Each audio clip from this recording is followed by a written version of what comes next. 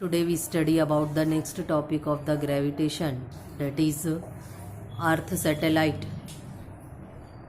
We know that artificial satellite and the natural satellite.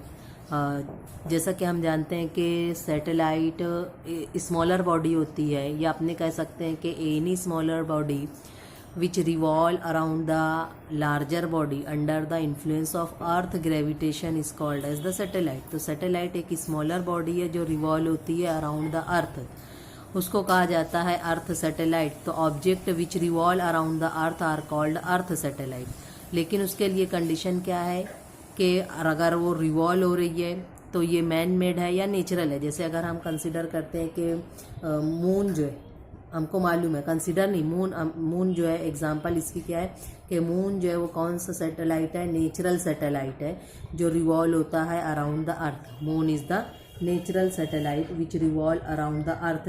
अब इसकी condition भी हमको मालूम है कि अगर ये एक रिवोल्यूशन कंप्लीट करता है अराउंड अ सर्कुलर ऑर्बिट तो उसको जो टाइम पीरियड लगता है वो लगता है 27.3 डेज. कितना टाइम लगता है उसको? 27.3 डेज.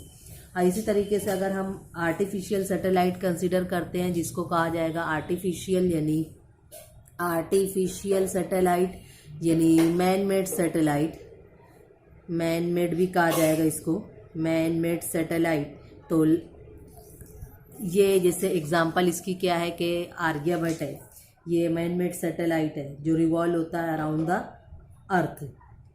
ये आर्टिफिशियल सैटेलाइट लॉन्च किया गया डिफरेंट कंट्रीज से, अपने इंडिया से भी यानी लॉन्च किया गया है. लेकिन इसका जो पीरियड ऑफ रिवोल्यूशन है वो डिफरेंट होता है, यानी किस पर्पस के लिए उसको यूज़ किया जा रहा है तो इसका पीरियड ऑफ रिवोल्यूशन जो है वो अलग अलग रहेगा. जैसे अगर प्रैक्टिकल पर्पस के लिए अगर कंसिडर करते हैं, जैसे नेविगेशन है, नेविगेशन के लिए भी यूज़ होता है, तो यानी इसके यूजेस में आ जाएगा आर्टिफिशियल सैटेलाइट का कि इसमें किस में यूज़ होगा. नेविगेशन में यूज़ होता है, कम्युनिकेशन के लिए यूज़ होता है, कम्युनिकेशन. और नेक्स्ट है लुकिंग इनटू स्पेस. अगला क्या रहेगा? Looking into space, looking into space. और जिसको हम कहेंगे मॉनिटरिंग द वेदर, मॉनिटरिंग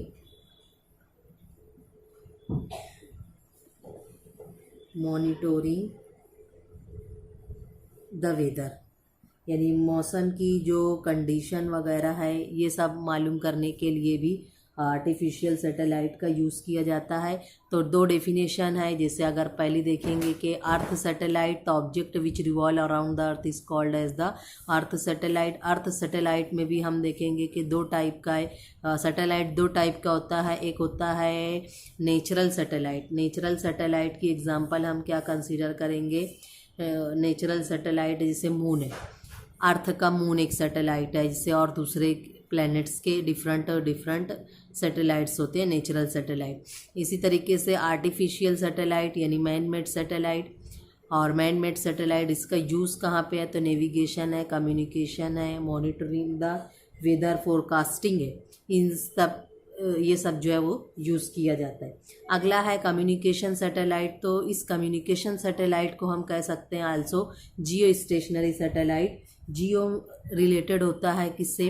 अर्थ से. स्टेशनरी का मीनिंग होगा रुका हुआ, यानी ऐसा सैटेलाइट जो रुका हुआ. अब ये सैटेलाइट रुका हुआ नहीं होता है, बल्कि क्या है कि अर्थ के रोटेशन और ये सैटेलाइट का रोटेशन, दोनों का अगर रोटेशन कंसीडर करेंगे तो टाइम पीरियड दोनों का सेम हो जाता है. तो ऐसा फील होता है कि ये स्टेशनरी है रेस्ट कंडीशन में. तो this geostationary satellite revolve around the earth. और अगर ये रिवॉल्व होता है तो कहाँ पर रिवॉल्व होगा? तो इक्वेटोरियल प्लेन में. इक्वेटोरियल प्लेन में ये रिवॉल्व होता है. और इसका जो सेंस ऑफ रोटेशन है और अर्थ का सेंस ऑफ रोटेशन दोनों कैसा होता है? सेम होता है. Sense of rotation of earth and Jio stationery satellite दोनों का कैसा रहेगा? रोटेशन सेम रहेगा।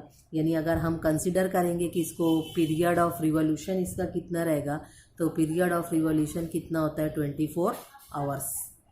अब जब ये स्टेशनरी क्यों लगता है, क्योंकि अर्थ सरफेस भी अपने 24 आवर्स लेती है और ये भी 24 आवर ले रहा है, तो ऐसा फील होता है कि वो जियो स्टेशनरी है। इसका दूसरा नाम क्या है, जियो सिंक्रोनस, जियो सिंक्रोनस सैटेलाइट, जियो सिंक्रोनस सैटेलाइट।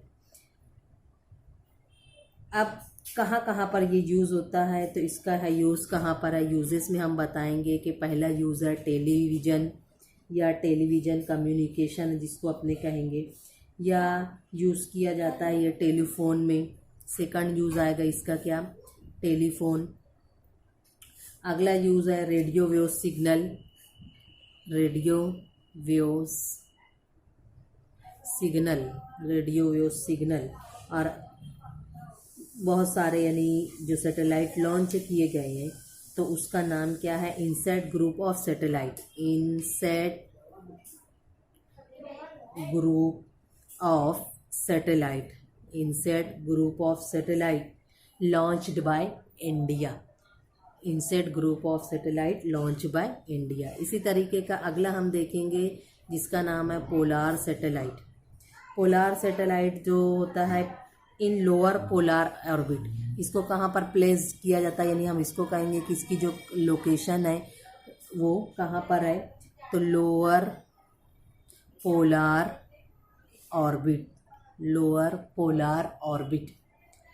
अब ये कहाँ पर है, तो इसको ये कंसिडर किया गया है कि they are at low altitude 500 kilometre, 500 kilometre to 800 kilometre. इसकी यानी लोकेशन बताई गई है कि कहाँ प्रेजेंट होता है, लो अल्टीट्यूड पर है।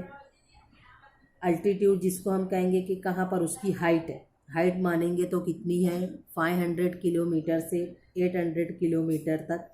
और पोलार सैटेलाइट यूज़ किसके लिए किया जाता है, weather forecasting and meteorological purpose, meteorological